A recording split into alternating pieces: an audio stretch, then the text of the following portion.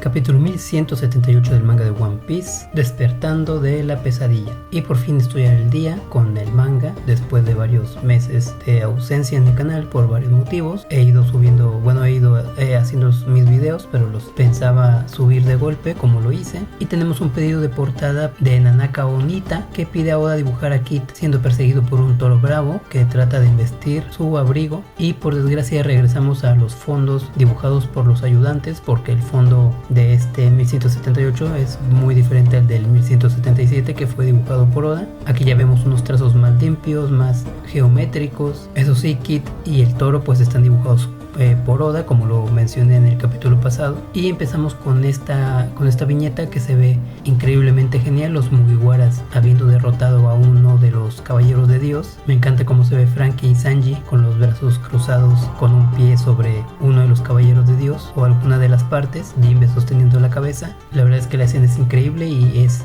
algo que se espera de la tripulación de un Yonko, como lo dijo Frankie en el capítulo pasado. Y Luffy les avisa a sus Mugiwaras acerca de que están heridos Brook y Usopp. Y tenemos esta viñeta en la que podemos ver el máximo enojo de Luffy. En el capítulo pasado vimos que empezó a enojarse mucho, estaba furioso como lo dijo el mismo Luffy, y afortunadamente, por lo menos para mí, Luffy no se convirtió en algún ser de ojos blancos y sonrisa diabólica. Su enojo termina aquí porque inmediatamente después de esta viñeta lo vemos otra vez sonreír, entusiasmado por la batalla. Es justamente lo que yo estaba esperando y lo que yo sentía que tenía que ser el G5. Oda me lo confirma en este 1178 y me agrada muchísimo. Y una vez que Imu ve al Nidok, muchas cosas empiezan a tener sentido, y habla acerca de que hace algunos años se avistó en el mar un barco que pertenecía a los gigantes y que su capitán era pues enorme, dando a entender que era más grande que un gigante promedio, obviamente Loki, y que al igual que Harald atacaba utilizando la espesa neblina. Me pregunto si la neblina que vimos al lado derecho de Elbaf es a la que se refiere, si hay otras neblinas además de esa en el mundo de One Piece que pudieran haber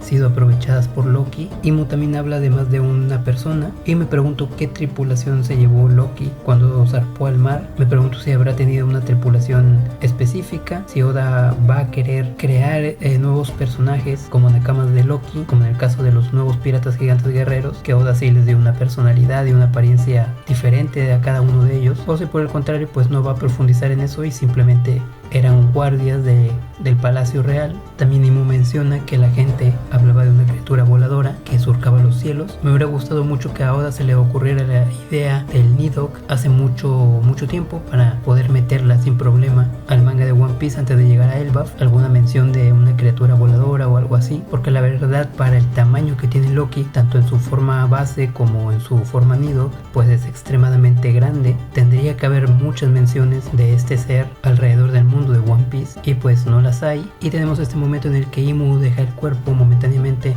de Bunko para poder hacerles frente a Loki y a Luffy en su forma pues original, vamos a decir. Esta es la primera vez que Luffy ve a cara a Imu sin ningún tipo de filtro, sin ningún tipo de posesión, así que esta viñeta podría considerarse histórica. Es la primera vez que ambos se ven. Por ahí Imu menciona a Rox, a Loki le interesa, y viene esta frase de: a cambio de su esperanza de vida se les otorgará poder sobrehumano. El pacto con Imu por el Domi Reversi, y tenemos esta técnica de posesión de Imu que se llama Akuwaru, que es muy diferente a la que utilizó con Rox. Con Rox simplemente fue traspasarlo con los tentáculos, y aquí parece que está generando unos círculos de invocación por los que previamente tiene que pasar cada tentáculo. Me pregunto si esta es una forma diferente a la posesión de Rox, si originalmente Oda había pensado en esta forma para la posesión de Rox pero se lo olvidó o por el tiempo no lo dibujó. Y tengo que decir que estaba emocionado por ver a Luffy o a Loki en el Domi Reversi, pero a la vez no, porque si llegaba a ser Luffy demonizado, pues íbamos a tener ese G5 de Luffy malvado con los ojos en blanco, ese Luffy que no me gusta para nada, que la gente está esperando muchísimo, y que se teorizaba que con el Domi Reversi podría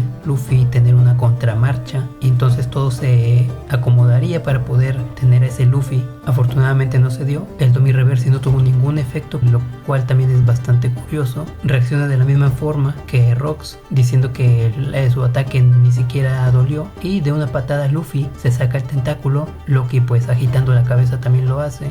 Y como dije, es bastante interesante saber por qué pasó esto, qué tiene Luffy, qué tiene Loki que no tuvo Rocks. Posiblemente una forma de decirnos que estos dos personajes están destinados a ser más fuertes o más imponentes que el propio Rocks. Me pregunto si también habrá sido cuestión de la D en el nombre de Luffy, si habrá sido cuestión de la Akuma no Mi. Me hace preguntarme qué habría pasado si Luffy habría sido demonizado por el Domi Reversi antes de despertar el G5 o incluso sin haber comido la fruta, pero parece ser que la razón por la que Luffy no fue afectado por el Domi Reversi es prácticamente la misma que por la que no fue afectado Loki, así que ambos tienen que tener algo en común, que repito, no tuvo Rocks. E Imu menciona que era de esperarse de estos dos personajes este resultado, lo cual nos indica que ya sabía que posiblemente esto iba a suceder, y el globo de diálogo se corta antes de poder revelarnos qué es lo que comparten estos dos personajes, Luffy y Loki. Y luego viene el ataque de Luffy, el Don Gatorin, que es como un Gatorin normal pero con haki en los puños, y desintegra a base de golpes a Imu, o el cuerpo que tiene Imu en este momento. Curiosamente no lo vuelve de goma como cuando golpeó a Kaido o a Kizaru, sino que simplemente desintegra el cuerpo de Imu. Y aquí podemos comprobar que el haki pues no le hace nada, que era un poco de esperarse. También que el hecho de que Luffy lo golpea a Imu pues tampoco es factor para que se debilite, así que la forma de vencerlo pues va a ser complicada. También resaltar que la palabra Don que utiliza Luffy pues se refiere, como ya sabemos, al amanecer, un concepto que podría estar completamente opuesto a lo que representa Imu. Y viene la forma de martillo de Raknir, ya lo habíamos visto en su forma martillo, que pues obviamente es el martillo normal, pero que parece tener el rostro de ardilla y las orejas, otra forma diferente a la del martillo que vimos, un poco como las transformaciones de un tipo Zoan, que no simplemente se limita a dos, como en el caso de Chopper, que tiene varias, dependiendo de las Rumble Ball. Pues aquí vemos una tercera variante, no sé si llamarla fruta porque en ningún momento se ha especificado que sea así, simplemente se nos dijo que Ratatosk tomó posesión de Raknir, pero bueno, aquí tenemos esta variante con carita, y Loki vuelve a utilizar el Nibelheim para congelarlo. Esta vez el ataque es diferente porque no congela el cuerpo, sino que lo atrapa en un bloque gigante de hielo, y parece que no hace falta tocar al enemigo sino tocar una zona próxima a él para que se genere este cubo gigantesco de hielo. Me hace pensar que posiblemente Raknir sea usuario de alguna fruta que tenga que ver con el hielo y que también tenga la habilidad de ser un martillo, entonces combina estas dos. Es muy raro el tema de Raknir, y ya había mencionado que lamentablemente no me gustó este ataque cuando lo vimos por primera vez con el Muma, porque como dije, para mí un martillo, el sentido de un martillo es destrozar, demoler por completo. Entonces el hecho de que no golpee al enemigo y lo congele pues me es anticlimático para lo que es la función principal de un martillo. Había mencionado cuando salió este ataque por primera vez que me parecería bien si al contacto de congelarlo también lo quebrara, pero en ambos casos pues parece que simplemente congela al enemigo, y pues para destruirlo tendría que hacer un segundo golpe, lo cual es un poco impráctico para tener un martillo como arma.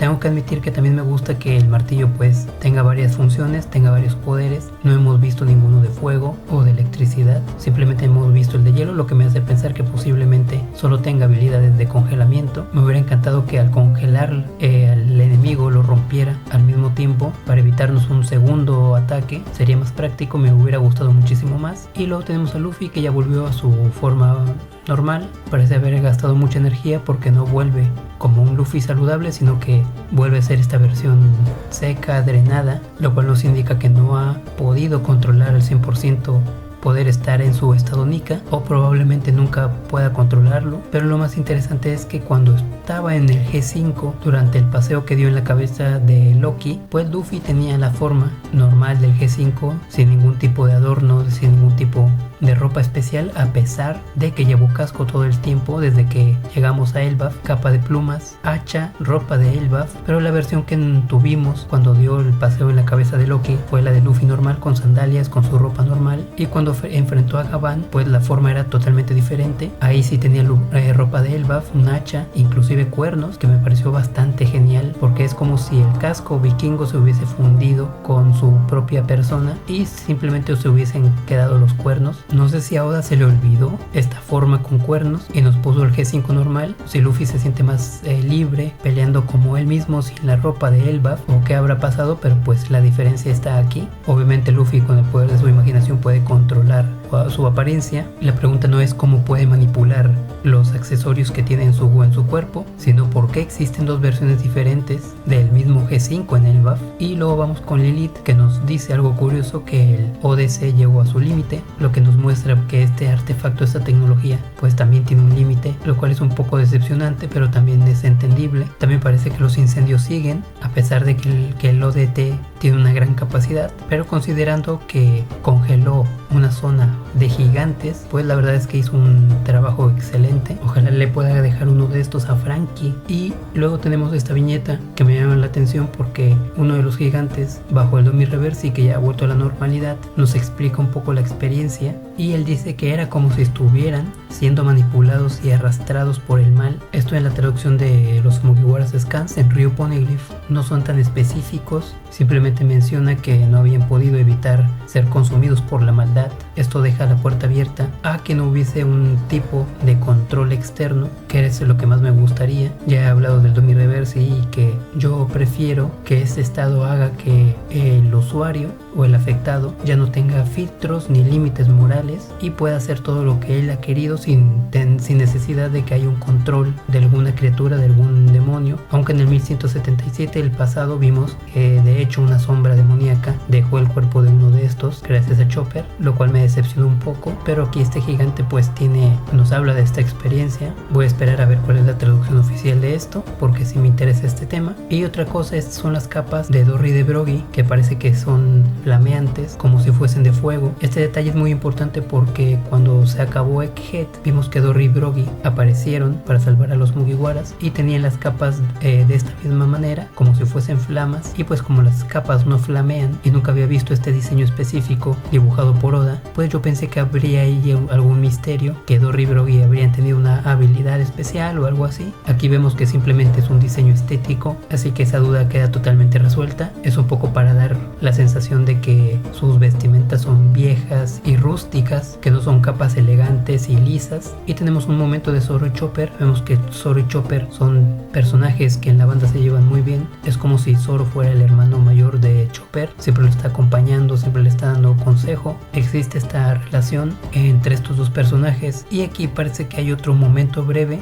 Chopper se alegra de ver a Zoro y le platica que pudo haber expulsado a los demonios simplemente tocándolos, y lo primero que Zoro piensa es que Chopper fue capaz de hacer esto porque es un gran médico, confiando plenamente en sus habilidades como doctor, lo cual, como dije, viene a nutrir esta relación de estos dos. Y después Chopper dice que no le hace feliz que lo halaguen como de costumbre, y alguien le contesta que por supuesto que es increíble. Pensé que era Zoro quien decía esto, pero al parecer es Dorry o Broggy, por la risa de gigante que tiene. También vemos más adelante viñetas con arquitectura de otras zonas de Elbaf, por ejemplo la aldea de los artesanos, que tiene cierta arquitectura muy diferente a la que hemos visto. Esto es algo que yo quería explorar, pero que por desgracia al ir tan rápido pues no vamos a tener oportunidad de ello. Las diferentes arquitecturas, las diferentes culturas de las aldeas de Elbaf. Por fortuna Oda pues sí confirma que cada lugar tiene un panorama distinto, y eso se agradece. Y también vemos otra vez la aldea del Sake, que tenía la duda de si había sido reconstruida después de lo de Ida. Tenía esta duda porque pues esta gente obviamente fue asesinada por completo, la aldea entera. Sería normal que no volviese a levantarse, pero pues sí lo hizo. Posteriormente aquí vemos esta viñeta, parece que ya está habitada y que la arquitectura sigue siendo la misma, casas y edificios basados en barriles. Luego tenemos en la parte de Sauro y Robin llegando a la biblioteca del búho, donde Biblo ya no está sentado en su silla, y vemos toda la biblioteca congelada, lo que significa que el ODT no solamente absorbe en este caso el fuego exterior, sino que también el interior, sin importar si está dentro de una casa. Y pues para mí es obvio que Biblo se llevó todos sus libros con su fruta Iku Iku. Es una fruta bastante misteriosa, tanto como el personaje de Biblo, y parece que todo esto lo hizo Biblo antes de que empezara el incendio. Luego tenemos esta parte que es bastante curiosa, de lo más llamativo del capítulo, que es el corazón mecánico de San Somers. Lo vemos que está latiendo a pesar de que no está conectado a nada, y las piezas de San Somers empiezan como a girar o arrastrarse por el suelo. No sé bien si giran para unirse junto con el corazón, o si el corazón hace que se unan las piezas, pero no precisamente en torno al mismo corazón. Es algo complicado porque no nos especifica Oda con otras viñetas que cómo es el procedimiento de armado. También vemos que la cara de San Somers parece haber sido cortada con una cuchilla, parece un corte limpio, cuando realmente fue aplastado por completo por la pata de Loki. Tendría que estar aplastado o pulverizado en vez de cortado. Otra cosa que me llama la atención es que el corazón pues es casi del tamaño de la cabeza de Sam Summers, lo cual me hace dudar si realmente es un corazón que cabe en su pecho, y podríamos estar ante la respuesta de cómo acabar con los caballeros de Dios. Probablemente puede que este corazón metálico sea la fuente de la reconstrucción de los caballeros de Dios, como una especie de núcleo central de cada uno de ellos, y que si se llega a destruir, pues los caballeros de Dios llegarían a ser asesinados, como en el caso de la película de Alita, aunque en el manga realmente la fuente principal radicaba en el cerebro. Y no sé qué tanto me agrada que este mecanismo sea el de los caballeros de Dios. Lo entendería del yerma, que están modificados por la ciencia, pero en el caso de los caballeros de Dios y todo lo que tiene que ver con Imu, pues es para mí más de pactos demoníacos, de magia negra. Así que como que me corta un poco la magia de que sea algo mágico, valga la redundancia. También el corazón metálico podría ser metálico, precisamente para que no sea destruido con tanta facilidad. Pero hay muchas dudas acerca de este corazón, es un tema muy interesante. Ya casi al final vemos que Imu regresa a Tierra Santa, y lo que más me llama la atención pues es esta pila de escombros, que realmente son edificios que están a un lado de Tierra Santa. El castillo Pangea parece intacto, pero sí hay un montón de edificios destruidos y amontonados, como si hubiese habido una gran catástrofe o un gigante hubiese hecho esto. Obviamente la pregunta es ¿qué pasó aquí? Puede ser que los revolucionarios hayan venido mientras los Mugiwaras estaban en Elbaf y hayan atacado Tierra Santa. También puede ser resultado de otro personaje que desconocemos, y pues también llama la atención que el castillo Pangea está completamente intacto. Cualquiera que haya venido a hacer esto al parecer no pudo haber tocado o no logró tocar el castillo. También es un tema interesante porque Oda no nos da más información. Y luego tenemos otro tema bastante interesante, que son las mariposas de Imu. En este 1178 las vemos de color negro. Yo las pongo verdes porque obviamente pues es el color que manejo, pero en este capítulo son negras las mariposas, y la primera vez que las vimos junto con Imu eran blancas. Estoy poniendo una imagen con fines ilustrativos en donde la mariposa se ve súper realista de color azul, pero esto es algo del anime. Como siempre, no hay que confiar en el anime. El anime es una interpretación artística de directores y dibujantes que no tiene nada que ver con la mente de Oda, pero creo que hay algo ahí en esa diferencia, el hecho de que las primeras mariposas hayan sido blancas y estas negras. Y finalmente Imu da la noticia de que deja Tierra Santa, no nos dice a dónde va, le informa al Gorosei. Parece que Imu ignora completamente o le da igual lo que pasó en Tierra Santa, lo de los edificios amontonados, y la pregunta es, ahora que se va, pues ¿quién va a estar en el trono vacío? ¿Qué consecuencias va a traer para el gobierno que Imu ya no esté? ¿Cuánto tiempo va a dejar Tierra Santa? ¿Cuándo va a volver? ¿A dónde va? ¿Qué va a hacer?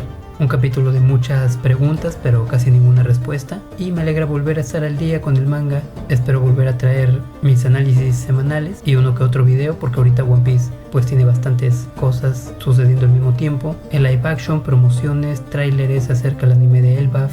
Y pues eso es todo lo que más me ha gustado de este 1178, lo que más me ha llamado la atención, y esperar el que sigue.